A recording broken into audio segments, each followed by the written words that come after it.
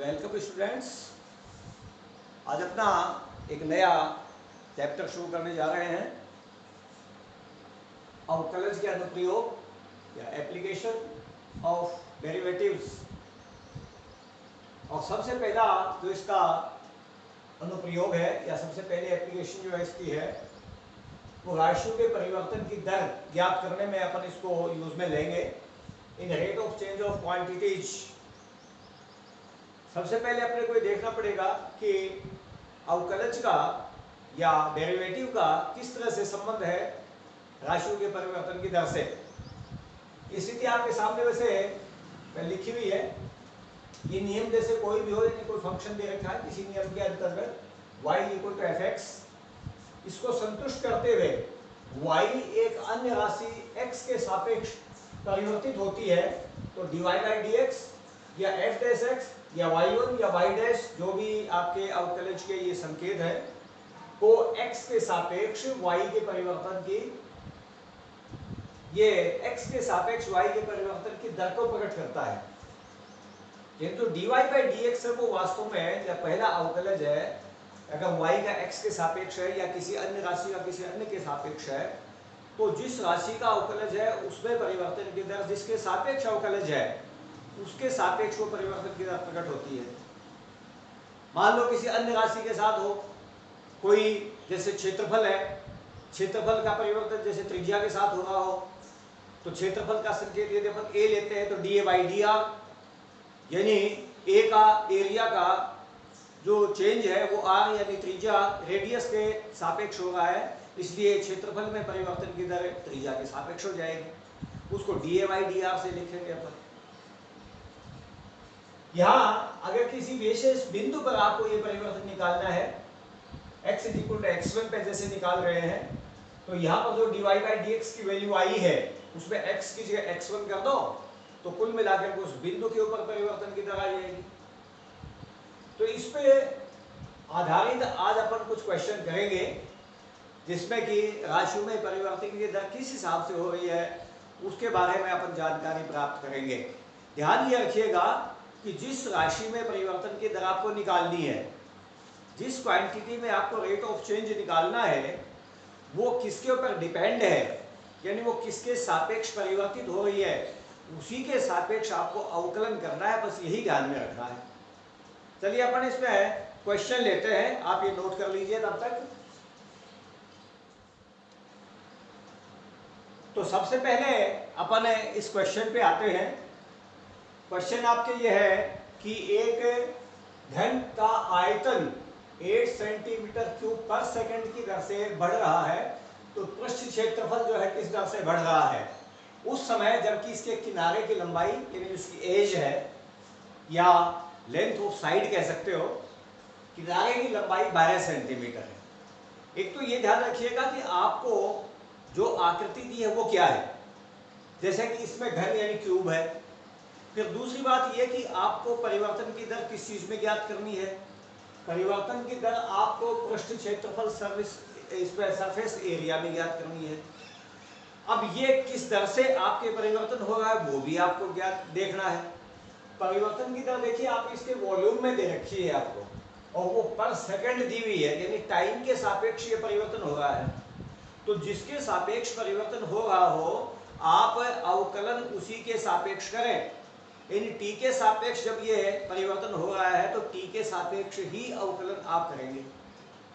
क्योंकि एक तो आपको ये यहाँ पर है वॉल्यूम में इसके आयतन में परिवर्तन की दर दे रखी है, इसलिए आप घन का किनारा मानते हुए एक तो आयतन का सूत्र लिख लें और एक जो आपको ज्ञात करना है पृष्ठ क्षेत्रफल में परिवर्तन सरफेस एरिया में उसका सूत्र लिख लें। अब मानेंगे कि माना घन का किनारा, याद रखिएगा इसको भुजा भी बोलते हैं, बराबर x सेंटीमीटर, ये आपने मान लिया। अब आयतन v और पृष्ठीय क्षेत्रफल S हो तो V बराबर तो हो जाएगा, आप जानते हैं घन का सूत्र आपको लगाना है जो आपको पता है पहले से, भुजा क्यूब होता है, यानी जो साइड है उसका क्यूब एक्स क्यूब आएगा, एक्स क्यूब, ये नंबर 1 हो जाएगी इक्वेशन, तथा surface area 6 into x square, ये आपको सरफेस एरिया मिल जाएगा। इसको आप इक्वेशन नंबर 2 डाल दीजिए। आपको इसमें तो परिवर्तन की दर दे रखी है और इसमें ज्ञात करनी है, तो सबसे पहले तो आप इसका अवकलन कीजिए टी के सापेक्ष, क्योंकि परिवर्तन की दर आपको समय के सापेक्ष दी हुई है। तो एक का समय यानी टी के सापेक्ष अवकलन करने पर ये आप जब अवकलन करेंगे तो बाईं तरफ तो आ जाएगा डीवी बाई डी टी, इस v का तो, और एक्स क्यूब का हो जाएगा 3x स्क्वायर। वैसे तो x के सापेक्ष आपको, चूंकि x का फलन है तो पहले x के सापेक्ष करेंगे तो 3x स्क्वायर। अब चूंकि आपको अवकलन तो t के सापेक्ष करना है, इसलिए x का दोबारा आप t के सापेक्ष अवकलन करेंगे dx बाई dt। ये जैसी की स्थिति आप पहले अवकलन करने में पढ़ चुके हैं इस तरह से, तो ये स्थिति आपको मिल जाएगी। और ये वैल्यू आपको प्रश्न में दी हुई है, उसके हिसाब से आप ये वैल्यू रख लो। ये आपको दे रखा है 8 सेंटीमीटर क्यूब पर second d by D t की वैल्यू, तो 8 is equal to 3x square dx upon dt, ये हो गया। इससे आप dx अपॉन dt की वैल्यू निकाल लो, dx upon dt is equal to 8 upon 3x square, ये आपके dx अपॉन dt की वैल्यू आ जाएगी। वैसे ये कुल मिलाकर के स्थिति आपके हो जाएगी इतने सेंटीमीटर पर सेकंड। आपको इस वैल्यू में यदि चाहो तो x की वैल्यू, ये आपको जो 12 सेंटीमीटर दे रखी है आप यहीं पे रख सकते हो, यहां नहीं रखना चाहो तो बाद में जब इसकी आवश्यकता पड़े उस समय रख लेना चाहिए। चलिए अपन बाद में रखेंगे, सर आप इसको लीजिए जो आपने को ज्ञात करना है। अब समीकरण 2 में t के सापेक्ष अवकलन करने पर इसको देखो, आप डिफरेंशिएशन कीजिए इसका, s का तो हो जाएगा ds अपॉन dt और 6x स्क्वायर, पहले x स्क्वायर का x की तरह से कहोगे ये 12x हो जाएगा, और x का फिर हो जाएगा dx अपॉन dt, और ये dx अपॉन dt की वैल्यू यहाँ रख लो, और फिर x की जगह रख लो जो आपको वैल्यू दे रखी है कि उस समय किनारे की लंबाई 12 सेंटीमीटर है, x की जगह 12 रख लो। Implies that ds upon dt is equal to 12x into 8 upon 3x square, ये एक घात तो x की कट जाएगी और ये 12 3 से कट जाएगा, 3 चौक 12, 4 8 32 आ जाएंगे ये, यानी कुल मिला के आ जाएगा 32 अपॉन x, जिसमें x की वैल्यू भी रख लो आप 12 सेंटीमीटर, 32 बटे ये 12 हो जाएगा, और ये कुल मिला के 8 से 4 से कट जाएंगे, 8 बटे 3 सेंटीमीटर स्क्वायर पर सेकेंड। यूनिट इकाई जरूर लिखिएगा इसके सही ढंग से, क्योंकि ये क्षेत्रफल है तो क्षेत्रफल में वर्ग इकाई होता है, स्क्वायर यूनिट, तो सेंटीमीटर यूनिट आपके सेंटीमीटर में दे रखी है तो सेंटीमीटर स्क्वायर पर सेकंड, इस तरह से आप इसकी इकाई लिख देंगे। जैसे कि आपके वॉल्यूम में दे रखी है 8 सेंटीमीटर क्यूब पर सेकंड, वैसे ही आप संबंधित जो भी उसकी यूनिट हो, इकाई हो, वो आप यहाँ लिख दीजिए, उतार लीजिए इस क्वेश्चन को, ये आपके आंसर आ जाएगा।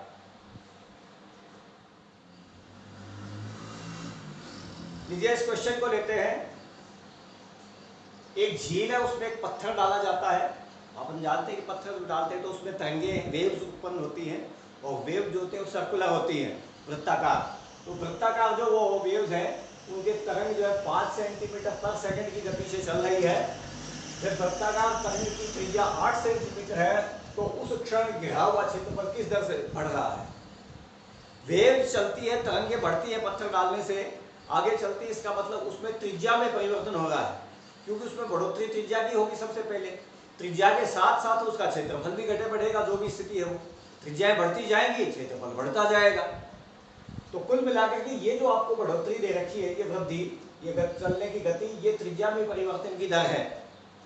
और आपको उसके क्षेत्रफल किस हिसाब से बदल रहा है, उसके वृद्धि की दर कितनी है, इस परिवर्तन की दर कितनी है, वो अपने को ज्ञात करनी है। तो आप किसी क्षण t के ऊपर मान लो कि उसकी त्रिज्या x है,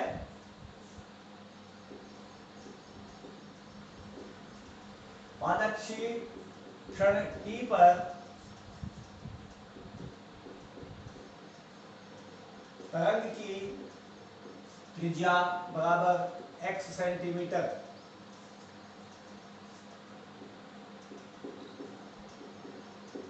अतः तरंग द्वारा घिरा क्षेत्रफल a हो तो a is equal to pi x square, क्षेत्रफल वृत्त का क्षेत्रफल पाई आर स्क्वायर। आर को अपने त्रिज्या को मान लिया x, तो पाई एक्स स्क्वायर हो जाएगा। अब इसका समय के सापेक्ष आप परिवर्तन अपने को चूंकि निकालना है, तो समय के सापेक्ष अवकलन कीजिए। t के सापेक्ष अवकलन करने पर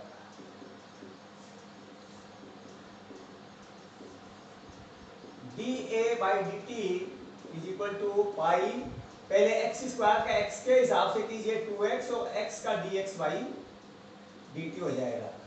तो ये आपको क्वेश्चन में दिया हुआ है, त्रिज्या में परिवर्तन की दर है, ये तरंग बढ़ रही है, वो त्रिज्या में परिवर्तन की दर होगी।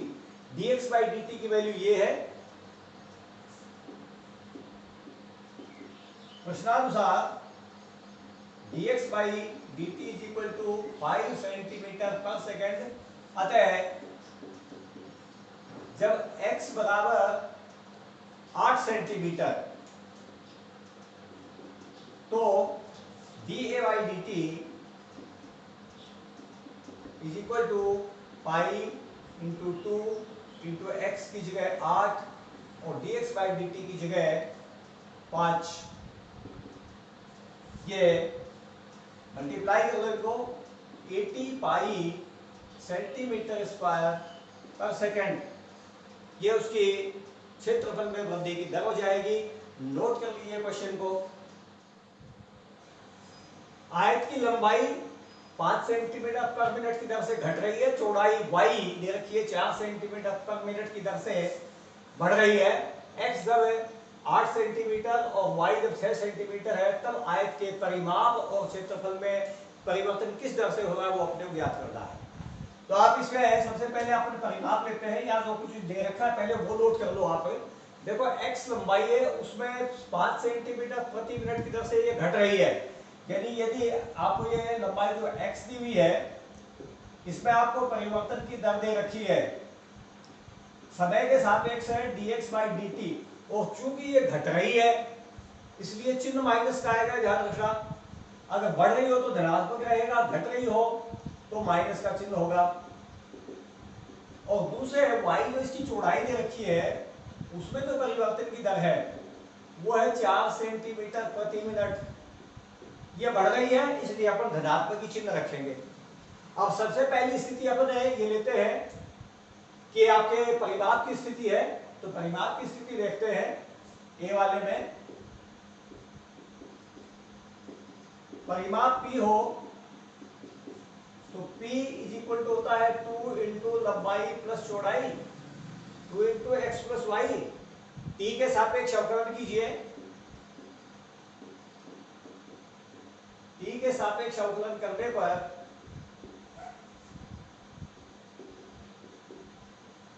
dP बाई dt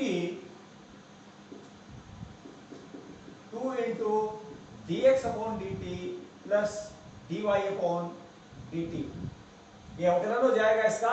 और ये वैल्यूज रख दीजिए, इससे आपको dP बाई dt की वैल्यू मिल जाएगी 2 इंटू -5 प्लस 4, तो ये कुल मिला के -2 सेंटीमीटर पर मिनट। माइनस का चिन्ह आपको ये है, यहाँ पर शो करेगा कि जो परिमाप है वो घट रहा है, 2 सेंटीमीटर प्रति मिनट की दर से घट रहा है ये। और दूसरा इसका क्षेत्रफल, मान लीजिए ए है, तो ए का सूत्र बन जाएगा x इंटू वाई, लंबाई इंटू चौड़ाई। इसका भी t के सापेक्ष अवकलन कीजिए।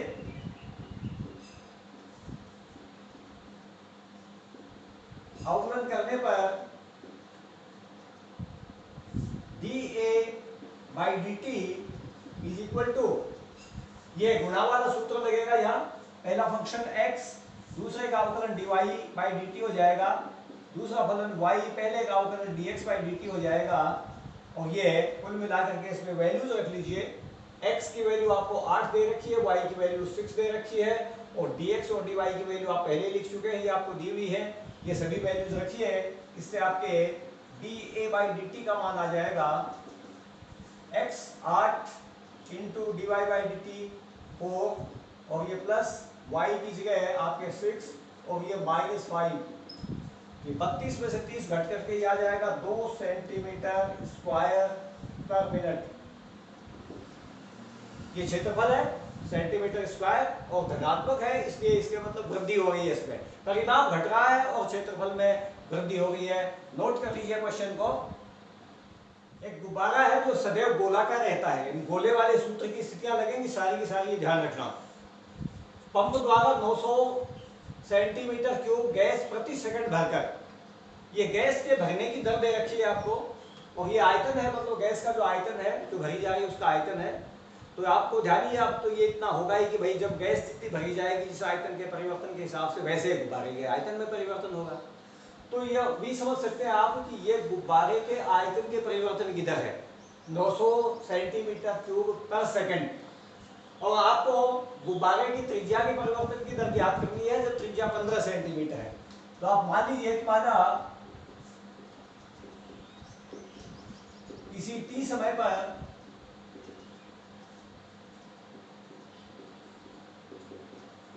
गुब्बारे की त्रिज्या बराबर x centimetre,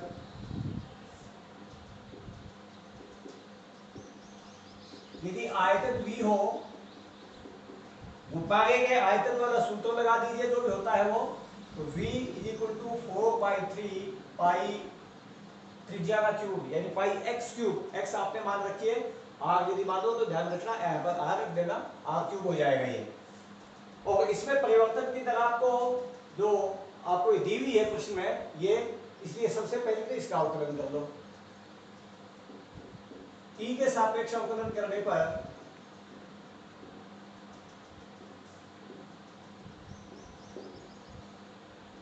dv by dt is equal to, ये 3x स्क्वायर, ये तो कांस्टेंट है, 4/3 पाई, और ये 3x स्क्वायर, यानी पहले इसका x के सापेक्ष करोगे अवकलन, और चूंकि आपको अवकलन तो वैसे t के सापेक्ष करना है, तो x का दोबारा अवकलन को t के सापेक्ष dx बाई dt। ये वैल्यू आपको दे रखी है, x की वैल्यू भी दे रखी है कि जिस समय आपके 15 सेंटीमीटर, उस समय आपको ये निकालना है dx बाई dt, यानी त्रिज्या में परिवर्तन की दर कितनी है। तो जब dv by dt is equal to 900 centimetre cube पर सेकेंड तथा x is equal to 15 centimetre, तब वैल्यूज रखिए इसमें, ये 900 इज इक्वल टू ये 4/3 पाई 3x स्क्वायर मतलब 15 स्क्वायर dx अपॉन dt। देख लो क्या स्थिति बनती है। सबसे पहले तो 3 से 3 कैंसिल हो जाएगा, ये 4 15 इंटू 15 225 हो जाएगा, ये 225 और 4 की आप गुणा कीजिए, ये इधर गुणा हो जाएगी, ये 900 इज इक्वल टू 225 को 4 से गुणा कीजिए तो 25 का 100 और 4 दूनी 8 9 4 इंटू 15 ऐसे लिख लो, चाहे काटने में आसानी रहेगी आपके dx बाई dt। ये भाग दे दो इसका dx बाई dt का निकालने के लिए।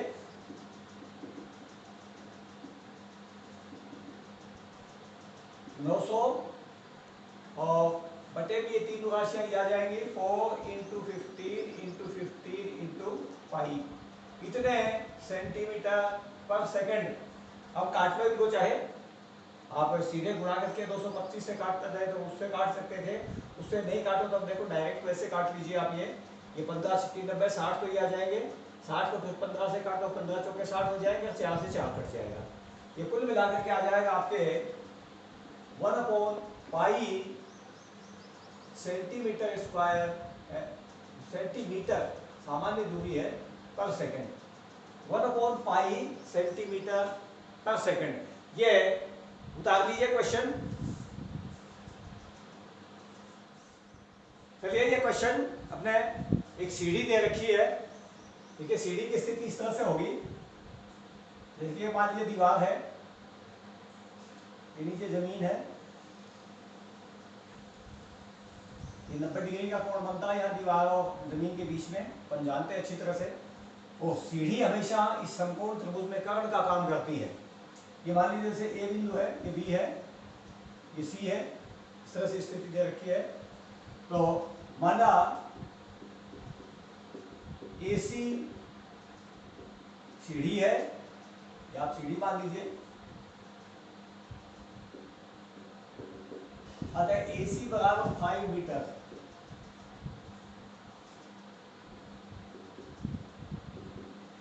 इसका नीचे का सिरा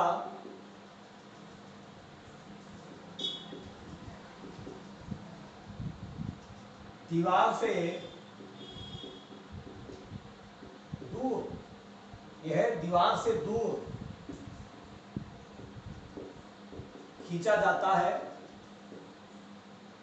यानी इस दिशा में, इस तरह को इस दिशा में खींचेंगे तो इस दिशा में खींचेंगे तो जाहिर है कि ये जो सिरा इसका ऊपर वाला ये नीचे क्यों आएगा। अपने को इसी की तरफ निकालनी है कि इसकी ऊंचाई जो है वो किस दर से परिवर्तित हो गई है। आप किसी क्षण t पे मान लो कि ये जो नीचे का सिरा है वो b से x मीटर की दूरी पर है। माना किसी t समय पर सीढ़ी का नीचे का सिरा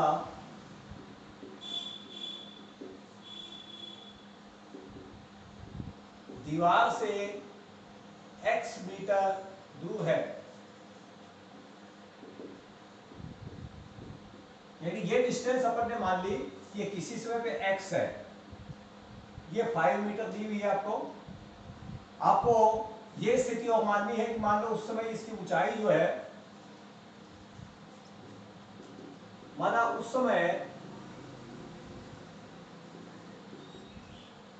इसका ऊपरी सिरा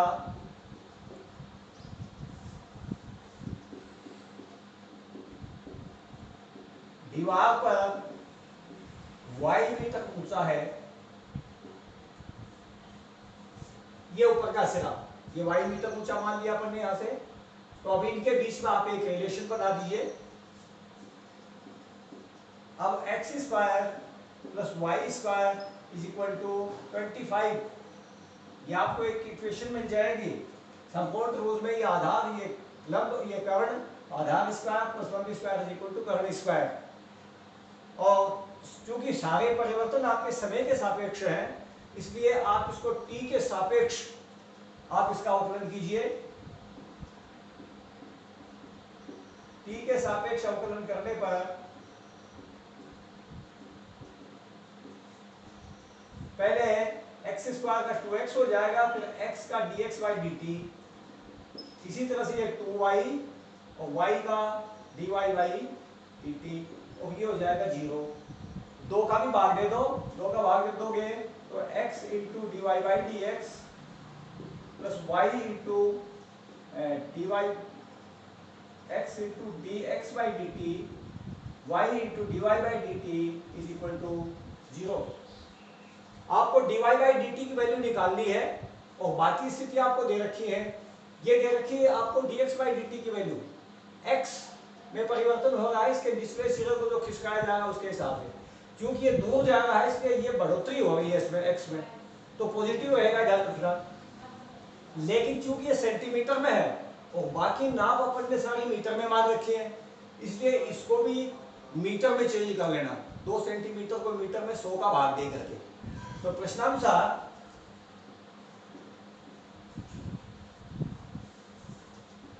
dx by dt is equal to दे रखा है 2/100 मीटर प्रति सेकंड।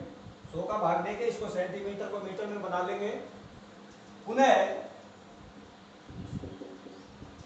जब x बराबर 4 सेंटीमीटर, आपको ये दे रखा है कि जिस समय दीवार से सिरा 4 मीटर दूर है, जब x बराबर 4 मीटर, तो x बराबर 4 मीटर होगा। देखिए ये 4 है, ये 5 है, तो आपने ये y निकाल सकते हैं। तब 1 से y बराबर आ जाएगा 3 मीटर। इस समीकरण में रखिए सीधे यहाँ पर और उससे y की वैल्यू निकाल लो। ये वैल्यूज आपको सारी मिल जाएंगी। अब इसमें ये जो इक्वेशन आपकी 2 है, इसमें 2 में रख दो। अतः समीकरण 2 से x की जगह 4, dx की जगह 2/100 किया जाएगा और प्लस y की जगह 3 और dy by dt is equal to 0। ये पद आपके वैल्यू निकाल लिए, इसको इधर लिए चले जाओ।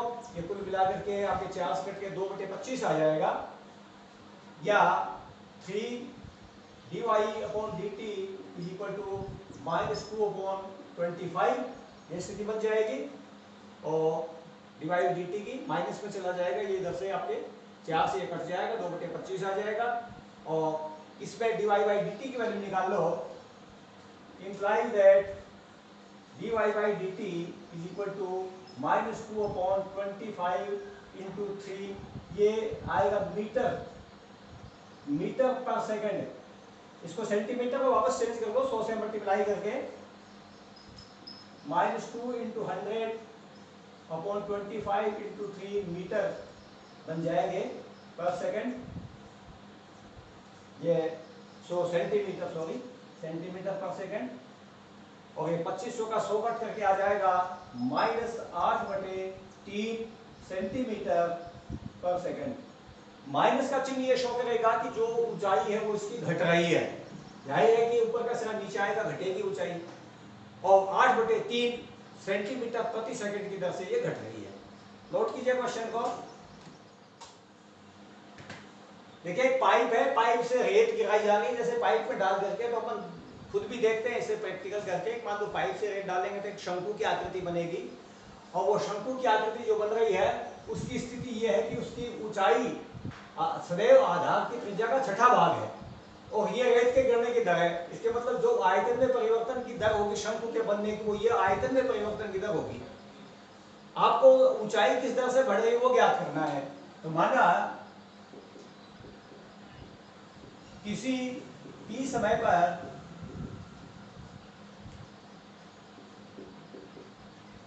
आधार की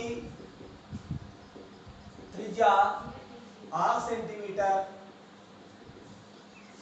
तथा ऊंचाई h सेंटीमीटर है।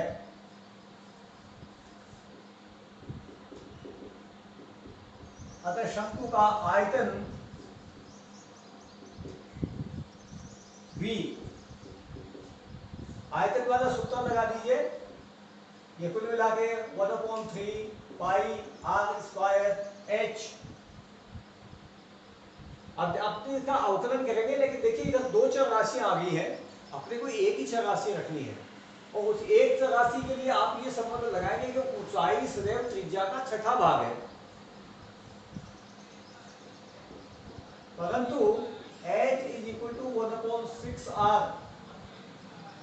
और वैल्यू आप r की जगह रखिए, क्योंकि h में आपको परिवर्तन की दर निकालनी है। Implies that r is equal to 6h। अतः v is equal to 1/3 pi 6h whole square into h। Implies that v is equal to ये तो देखिए ये 36 एच स्क्वायर हो जाएगा, इसमें 36 में 3 का भाग चला जाएगा, 12 आएगा। 12 पाई एच क्यूब, एच स्क्वायर ये एच ये गुना होकर के एच क्यूब हो जाएंगे। और इसका आप अवकलन कर लीजिए, टी के सापेक्ष अवकलन करने पर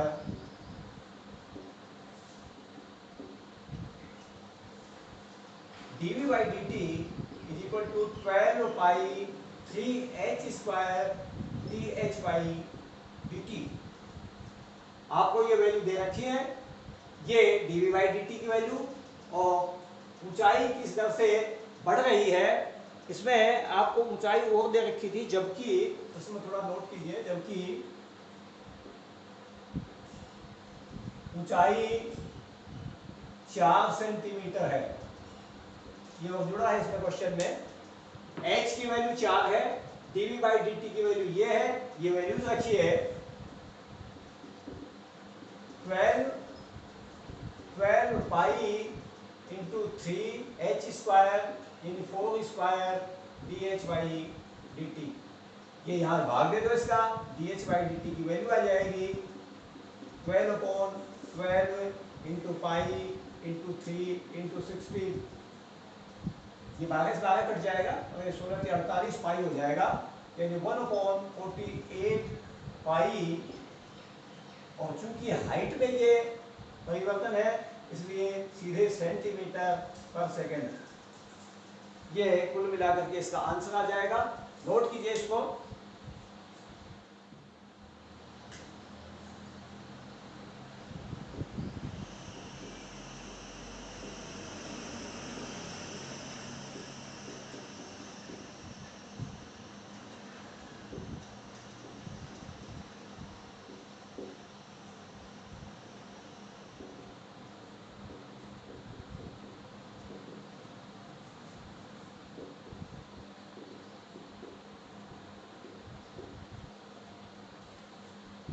ये क्वेश्चन देखिए, इसमें आपको x इकाइयों के उत्पादन से संबद्ध कुल लागत cx रुपये में दे रखी है, ये संबंध दे रखा है इसका cx का, और आपको सीमांत लागत ज्ञात करनी है जबकि 17 इकाइयों का उत्पादन किया गया है, यानी जिस समय x की वैल्यू 17 है उस समय। देखिए सीमांत जो लागत है वो प्रति इकाई उत्पादन की लागत की दर ही होती है सीमांत लागत। इसका मतलब आपको लागत की दर ये इसको प्रति इकाई निकालनी है, तो सीधे आप इसका अवकलन कर लो, आपको ये परिवर्तन की दर आ जाएगी। यहाँ cx is equal to 0.007 x cube minus 0.003 x square plus 15x और प्लस 4000, और इसका x के सापेक्ष अवकलन करने पर